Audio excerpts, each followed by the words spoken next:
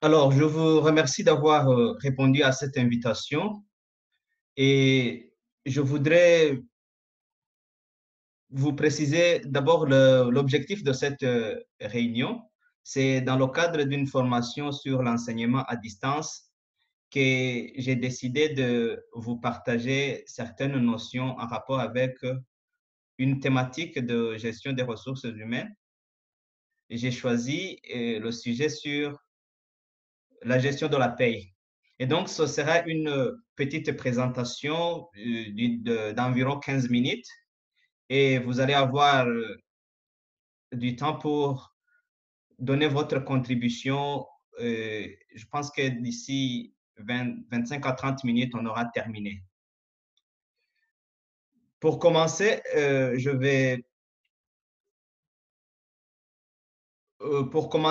vais vous partager mon écran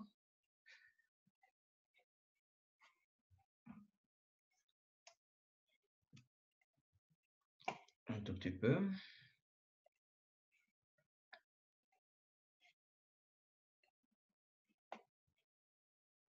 Vous voyez mon écran, s'il vous plaît?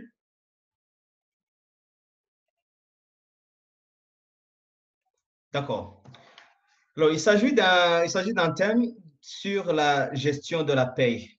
Je vais essayer d'aller rapidement, comme ça vous allez avoir un peu de temps pour partager vos contributions ou bien poser des questions par rapport à cette thématique. Moi, je m'appelle Richard Ndaïchimier, je suis doctorant et enseignant à l'Université du Burundi à l'ISCO. Alors, j'ai préparé cette thématique sur la gestion de la paye.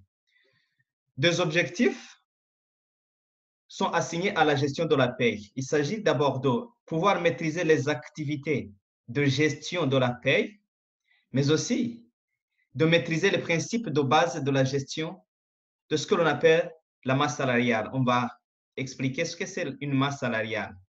Avant tout cela, il faut savoir que dans la gestion de la paye, il y a une question cruciale que l'on se pose pour connaître l'importance et l'intérêt de la gestion, ou bien de la bonne gestion de la paye. On se demande quels sont les enjeux relatifs à la conformité de la paye et les solutions de gestion efficaces.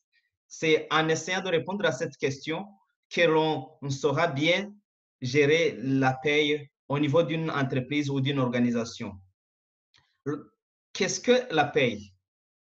Une définition générale donne la paye comme étant une activité de gestion des ressources humaines.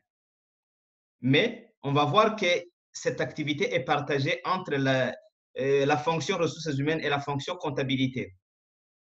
La paye est un élément central du couple travail-rémunération. La paye, c'est une contrepartie du travail que le salarié a offert, à l'entreprise et l'entreprise lui donne une rémunération. Sa gestion consiste en une organisation du mode de rémunération et du calcul des cotisations salariales et patronales.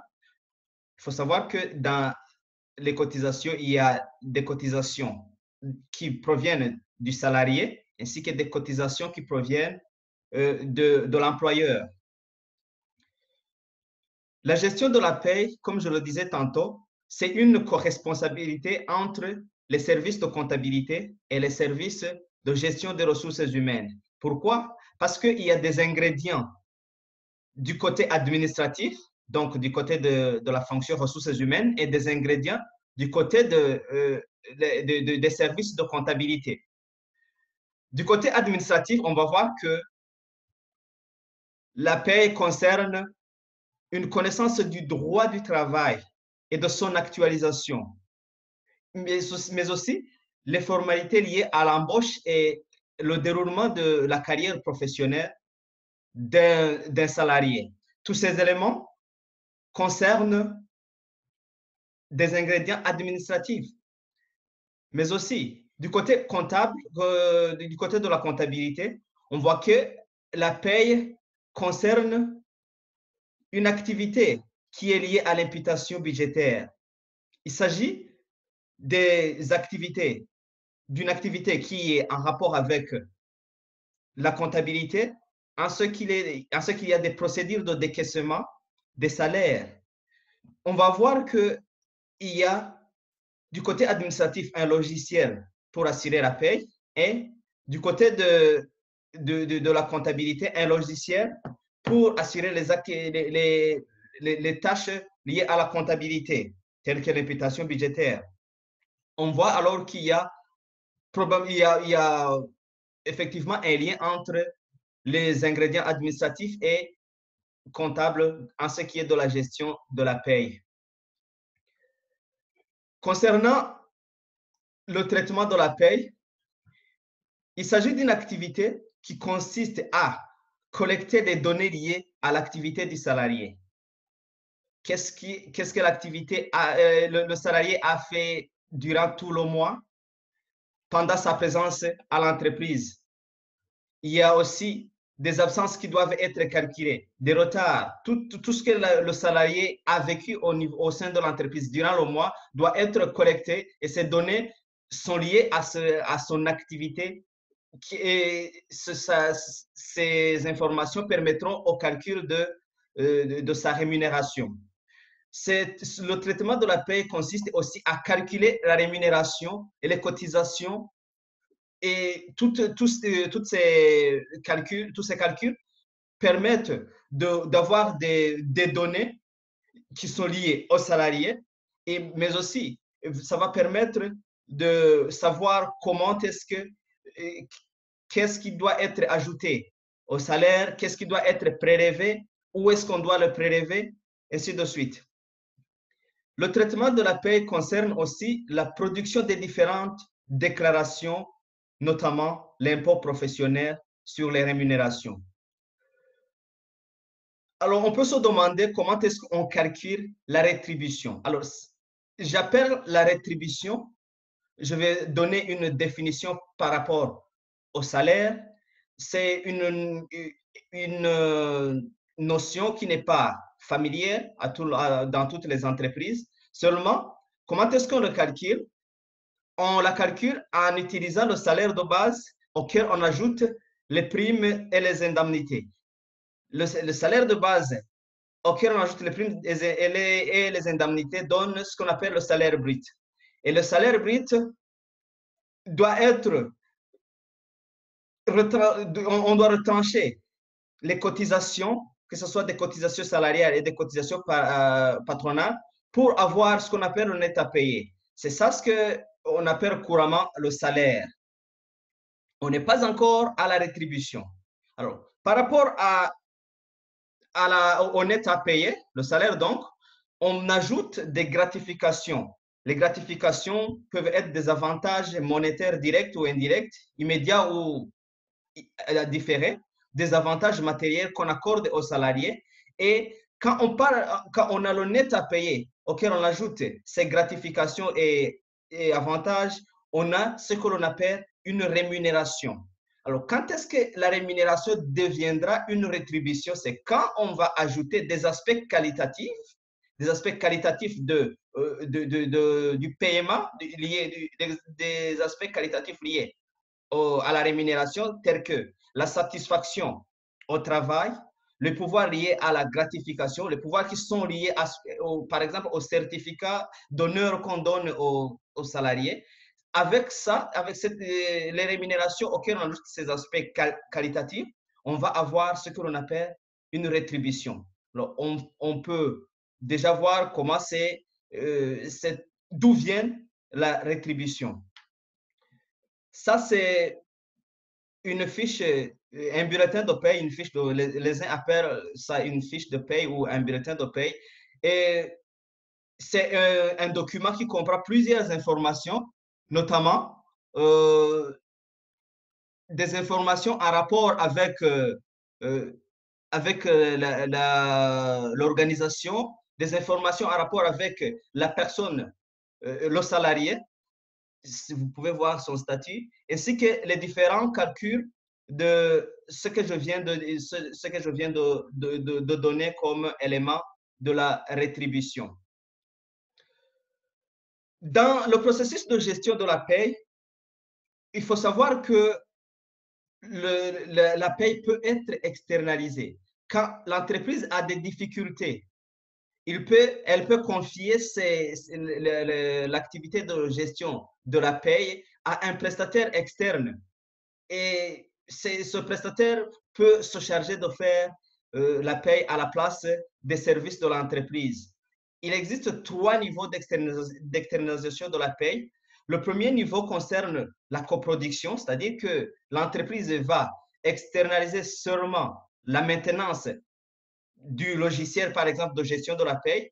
Il y a un deuxième niveau qui est l'infogérance où l'externalisation concerne la gestion du logiciel ainsi que le matériel, l'hébergement et la maintenance de tout le circuit, le circuit de gestion de la paye. Et enfin, un troisième niveau de l'externalisation, c'est ce qu'on appelle business process outsourcing, où toute l'activité de la paye est confiée à un prestataire externe.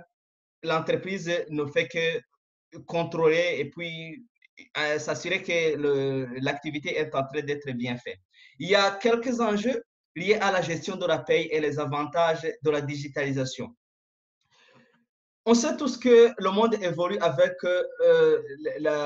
les technologies de l'information et de la communication. Pour cela, la gestion de la paye doit s'adapter et les gestionnaires de la paye doivent aussi réadapter leur processus. C'est pourquoi il y a des logiciels qui existent, qui ont été des logiciels spécifiques pour la gestion de la paye. Ces logiciels, je peux donner l'exemple de SagePay ou bien un autre système d'information de gestion des ressources humaines, SIRH. Ce sont des logiciels qui existent, qui permettent aux gestionnaires d'optimiser leur temps de travail, de mettre à jour automatiquement les règles de convention, de fiabiliser et de sécuriser les données sociales. Donc, toutes les activités en rapport avec la paye jusqu'à créer les états du reporting RH en matière de gestion de la paye. Un deuxième thème dans cette gestion de la paye, il s'agit de la gestion de la masse salariale. De manière générale, on dit qu'un salaire, c'est une forme de paiement périodique. Quand c'est périodique, donc ça doit être régulier et étalé sur une période donnée. Cette somme cette somme concernant le salaire est versée par un employé à un employé salarié. Et voilà, c'est en contrepartie du travail réalisé. Cependant, il y a une certaine opinion qui définit le salaire comme étant une somme allouée lamentablement aux activités et initiatives relativement exécutées. Ça veut dire quoi? Ça veut dire que le salaire n'a plus sa définition comme forme de paiement périodique. C'est une somme, quelque part, qui est allouée avec des retards, par exemple, aux activités ou aux initiatives qui peut-être ne sont pas relatives ou bien exécutées. Voilà. Et une certaine opinion a défini le salaire comme ça. Comment est-ce qu'on peut définir la masse salariale? Alors, la masse salariale, c'est cette somme de rémunération brute qui est versée aux salariés tout en ne tenant pas compte de rémunération en nature ainsi que des cotisations patronales sur toute l'année. Alors, il y a plusieurs types de masse salariale. On en a identifié trois, une masse salariale sociale, une masse salariale comptable, une masse salariale budgétaire. Ça, c'est un peu d'entrer en profondeur dans la gestion de la masse salariale. Seulement, il faut savoir qu'une masse salariale doit être pilotée. Pour piloter la masse salariale, il s'agit d'élaborer une politique de rémunération qui est juste et cohérente. Et dans cette élaboration d'une politique, il faut une démarche qui nécessite un diagnostic du système de rémunération de l'entreprise. Les enjeux qui se présentent concernent l'anticipation sur l'évolution de cette masse salariale pour toujours tenir l'équilibre entre le chiffre d'affaires ainsi que les rémunérations. J'ai proposé plusieurs axes de réflexion pour adapter la politique, pour essayer de mettre en œuvre, élaborer et adapter la politique de rémunération. Il y a plusieurs axes de réflexion qui partent de l'anticipation sur le budget jusqu'aux initiatives des actions conformément aux objectifs. Comment est-ce qu'on pilote une masse salariale? Il s'agit tout simplement de faire une association entre les principes de gestion financière et de gestion du personnel. Cela permettra de situer l'entreprise par rapport à ses principaux concurrents, mais aussi de s'assurer que le ratio plutôt masse salariale et coût et chiffre d'affaires est conforme aux statistiques du secteur, mais aussi cette association va permettre de fixer des objectifs clairs aux salariés, des objectifs de performance, mais aussi des objectifs aux nouveaux embauchés. Et on peut résumer la manière de piloter la masse salariale comme étant la recherche d'un équilibre entre les rémunérations et le chiffre d'affaires. Quels sont les bénéfices d'une gestion efficiente d'une masse salariale? Je vais terminer tout à l'heure. Il s'agit une maîtrise des coûts salariaux permet d'assurer la croissance et de la rentabilité de l'entreprise. En plus, une gestion du personnel efficace crée un bon climat social et assure la cohésion des collaborateurs. En troisième lieu, une politique de rémunération adaptée permet de maintenir une bonne motivation et par conséquent une bonne productivité des salariés au niveau de l'entreprise. Tandis qu'une gestion efficace de la masse salariale contribuera à fidéliser les salariés grâce aux primes et aux autres avantages dont bénéficieront les salariés. En résumé, qu'est-ce qu'on a vu? On a pu identifier les différentes activités de la gestion de la paye, mais aussi nous avons expliqué quelques principes de base de la gestion de la masse salariale. C'est pour votre information, je prépare une autre réunion sur la gestion prévisionnelle des emplois et des compétences. Et pour le moment, je vous remercie de votre attention. Si vous avez des questions ou une contribution, vous pouvez, c'est votre temps, vous pouvez prendre la parole.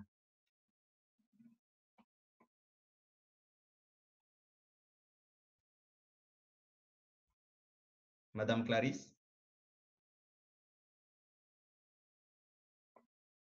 Docteur Abel.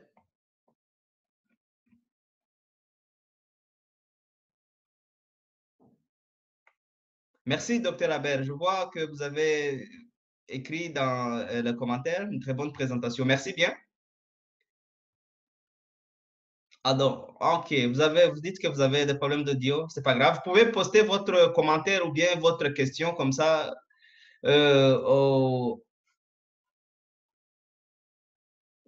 On essaiera de répondre.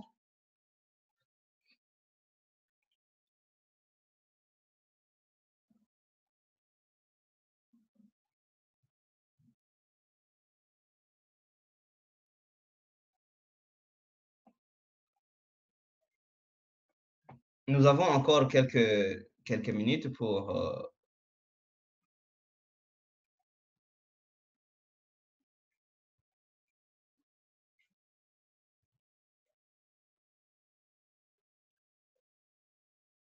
il y a,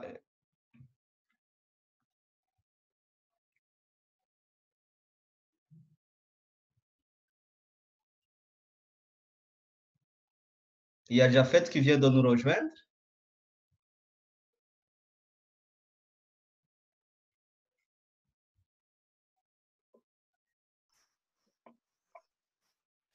Alors, je vois une question du docteur Abel. Quel mécanisme mettre en place pour la gestion des talents? Alors, concernant la gestion des talents, peut-être c'est plus centré au niveau de la gestion des carrières.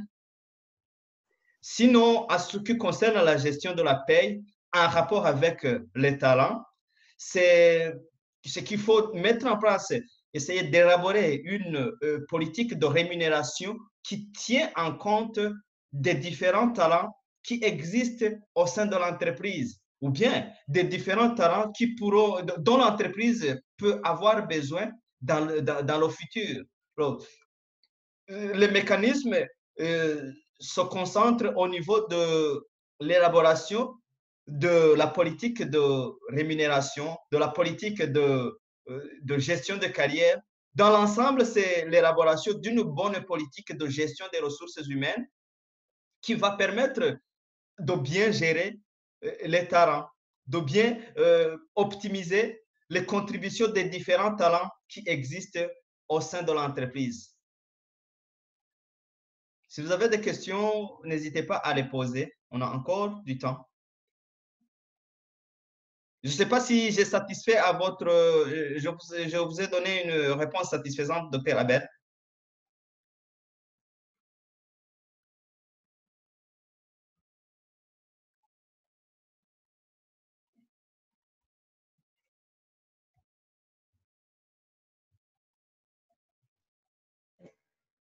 Je peux parler?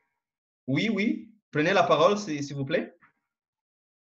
Merci beaucoup. Je m'excuse, j'ai rejoint la réunion un peu tard, mais je voudrais encore réagir sur ce que vous venez de dire. C'est que Oui, la gestion des talents ne devrait pas se faire entendre seulement au moment de la gestion des carrières. oui, On peut s'occuper de la gestion des talents, euh, que ce soit pour le recrutement, ou bien pour la gestion des carrières, ou bien même pour, je dirais, durant toute la vie de la gestion du personnel, à toutes les étapes de la gestion du personnel, on peut oui, s'occuper de oui, la gestion des talents.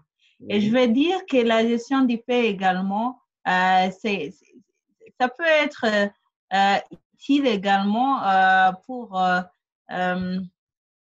le recrutement, oui, parce qu'on aura à préciser donc qu'est-ce qu'on pourra donner. Bon, ça pourrait aider même pour attirer les bons talents, ce qui est du paye. Je crois que vous pourrez également penser dans ce sens et penser comment on peut attirer les talents à base des payes, ce qu'on oui. prévoit comme le salaire du personnel, que ce soit une bonne pratique pour la gestion et pour attirer les bons talents dans une entreprise. Oui. OK, merci. Merci bien de votre contribution, c'est riche. D'autres contributions?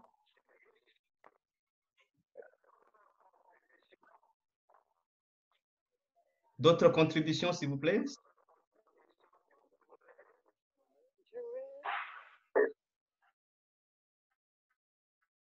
Mounien Bawazi, vous avez une question?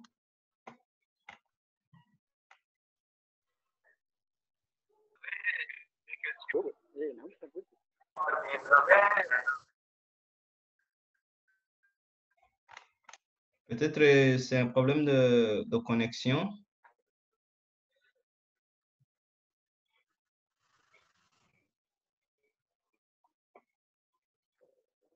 Alors, comme il n'y a pas d'autres questions, je voudrais juste prendre ce moment pour vous remercier d'avoir participé à cette présentation et n'hésitez pas à nous consulter, à nous contacter si vous avez d'autres suggestions, d'autres contributions à nous partager.